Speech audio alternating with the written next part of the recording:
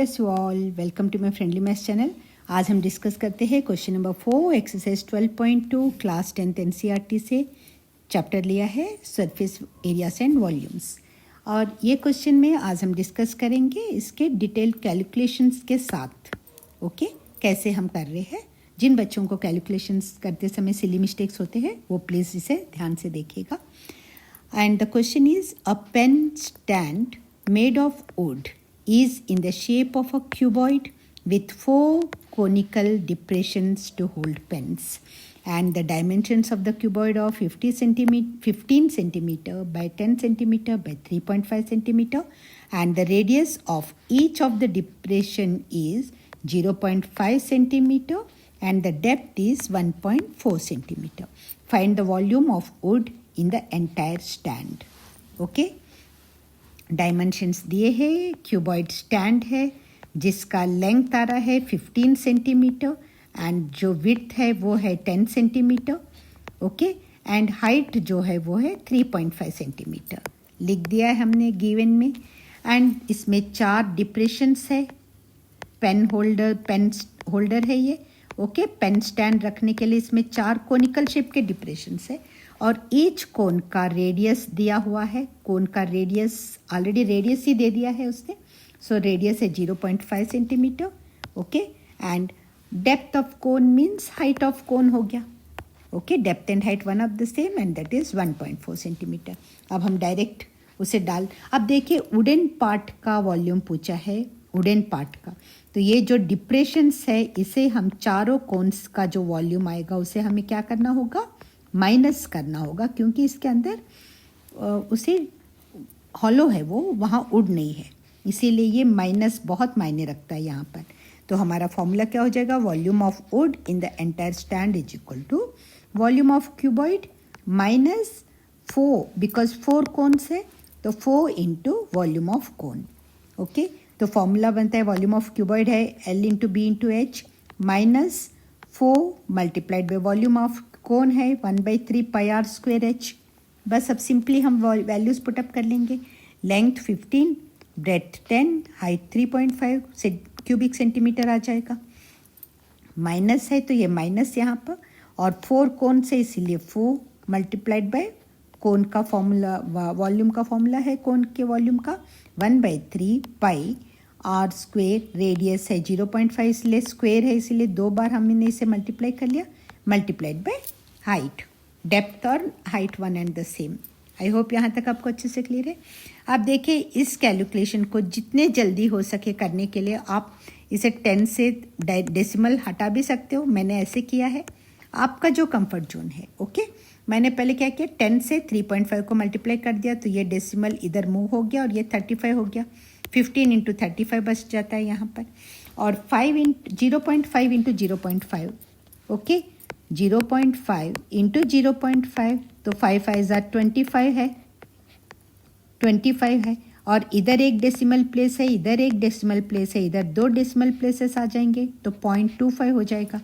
5.5 की जगह 0.25 हो जाएगा और यहाँ पे 15 इंटू 35 हो जाएगा।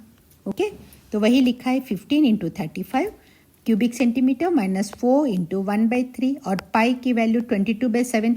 यहाँ पाई की वैल्यू मैंने ले लिया है क्योंकि ये 1.4 के साथ ये 7 कैंसिल हो जाएगा। ओके, इसीलिए मैंने यहाँ पे इसकी वैल्यू पुटअप कर ली।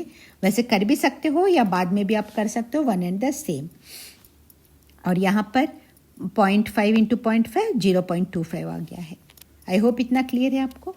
अब देखिए 35 इंटू 15, तो 15 का टेबल आपको आराम से आ जाता है। तो 15 नीचे लिख करके 15 5 ज़ा 75, 5 यहाँ 7 कैरी ओवर, 15 3 ज़ा 45 प्लस 7 52। अगर आप डायरेक्ट कर सकते हो वेल एंड गुड, यहाँ डायरेक्ट कर सकते हो वेल एंड गुड।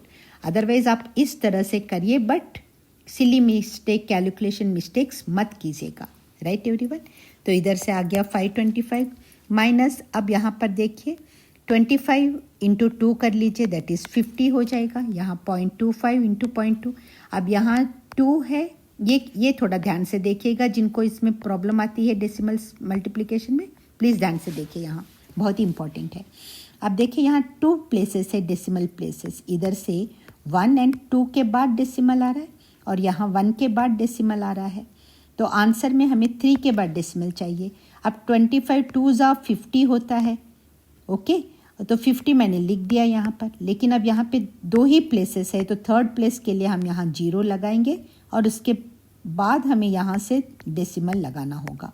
इसीलिए 0.25 इंटू 0.2 इज इक्वल टू क्या हो जाएगा, 0.050। इस जीरो का भी इम्पोर्टेंस होता है, डेसिमल के बाद हर एक जीरो के बाद अगर नंबर आता है तो इस जीरो का भी प्लेस वैल्यू है, राइट एवरीवन। तो यहाँ पे अब ये देखिए 4 मल्टीप्लाइड बाई 20, ये ब्रैकेट का मतलब मल्टीप्लिकेशन होता है। 4 multiplied by 1 4 into 22 that is equal to 88, और 0.25 इंटू 0.2 किए तो 0.053 डिवाइडेड बाई 3, ये 3 है ना, ये 3 डिवाइडेड बाई 3। अब देखिए 88 को 0.050 से हमें मल्टीप्लाई करना है, तो यहाँ पे हम 50 से मल्टीप्लाई कर लेंगे। 80 को 50 से हम मल्टीप्लाई कर लेंगे, तो 50 से मल्टीप्लाई करते समय एक जीरो 50 से ही मल्टीप्लाई करेंगे। अगर हम 5 से मल्टीप्लाई करेंगे तो हमारे प्लेस वैल्यू में गड़बड़ हो जाएगा। ये 50 है, देखिए डेसिमल के बाद इसे हम 50 कंसिडर करेंगे, ओके। तो ये जीरो को पहले मैंने लगा दिया यहाँ पे जीरो। अब 5 से मल्टीप्लाई कर रही हूँ, 5 8 are 40, 4 carry over, 5 8 are 40 plus 4 44। अब यहाँ 0 प्लेसेस है, यहाँ 3 प्लेसेस है, तो आंसर में भी 3 प्लेसेस के बाद हमें डेसिमल चाहिए होगा। इसीलिए देखिए ये जीरो लगाना बहुत ज़रूरी है, नहीं तो आपके डेसिमल में गड़बड़ हो जाएगा और आंसर गलत हो जाएगा, राइट एवरीवन। तो यहाँ पे ये जीरो है तो ये जीरो लग गया। अब 88 5 आर 440 है, तो अब यहाँ से हम 3 प्लेसेस काउंट करेंगे तो 1 2 3, तो ये 4.40 दैट इज़ 4.4 भी आप लिख सकते हो। अब यहाँ पे ये हो गया 4.4, बट डिवाइडेड बाई 3 है। देखिए इस डिवाइडेड बाई 3 को भूलना नहीं है, यहाँ भी इसी तरह हमारे सिली मिस्टेक्स होते हैं, तो उनका पूरा ध्यान रखना पड़ेगा आपको। एक बार क्रॉस चेक जरूर करना है कि आपने किसको कैलकुलेट किया है और उसमें और कोई बचता है क्या। यहाँ पे आपने ये कैलकुलेट करके सीधा यहाँ पे वो लिख दोगे तो गड़बड़ हो जाएगा, ठीक है ना। तो आप 4.4 को 3 से डिवाइड करेंगे, 3 1 ज़ा 3, 1 कैरी ओवर, ये डेसिमल ऊपर चला गया, 4 नीचे आ गया, 3 4 ज़ा 12, 2 कैरी ओवर है। फिर यहाँ पे अब कितने भी जीरोस आप ले सकते हो, ओके। तो ये जीरो को अपने यहाँ पे नीचे लेकर आए तो 3 6 ज़ा 18 होता है एक्चुअली, तो यहाँ 2 आया, फिर जीरो, फिर ये 6 6 6 6 चलता जाएगा, तो हम इसे 4 7 की तरह हम राउंड अप कर सकते हैं, ओके एवरीवन। क्योंकि 1.466666 आएगा, ये कंटिन्यू होता जाएगा इसी तरह, ओके। तो ये से हमने ले लिया 1.47। अब ये रहा, ये माइनस करना है 525 में से, तो ये 525 पॉइंट, अब यहाँ पे 2 प्लेसेस है इसलिए 2 जीरो लगा दीजिए डेसिमल के बाद। 525 का मतलब होता है 525.0। अगर पॉइंट के बाद ओनली 0 है तो इसे हम इग्नोर कर सकते हैं, लिखने की ज़रूरत नहीं होती।